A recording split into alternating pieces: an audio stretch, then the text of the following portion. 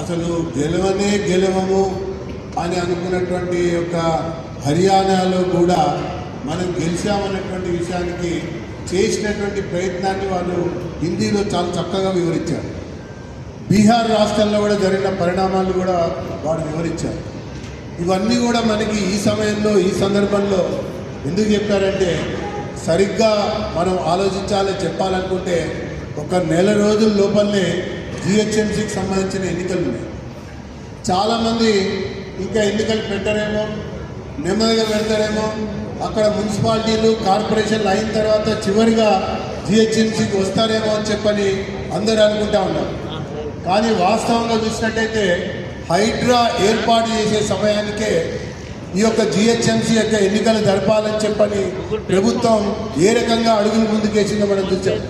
మొదలు హైడ్రా పేరిట శివార్లో ఉన్నటువంటి గ్రామాలని, పురపాలక సంఘాలని అన్నిటినీ కూడా పరిధిలోకి తీసుకున్న తర్వాత పురపాలక సంఘాలని జిహెచ్ఎంసీలో విలీనం చేస్తూ ఒక అడుగు ముందుకెళ్ళింది.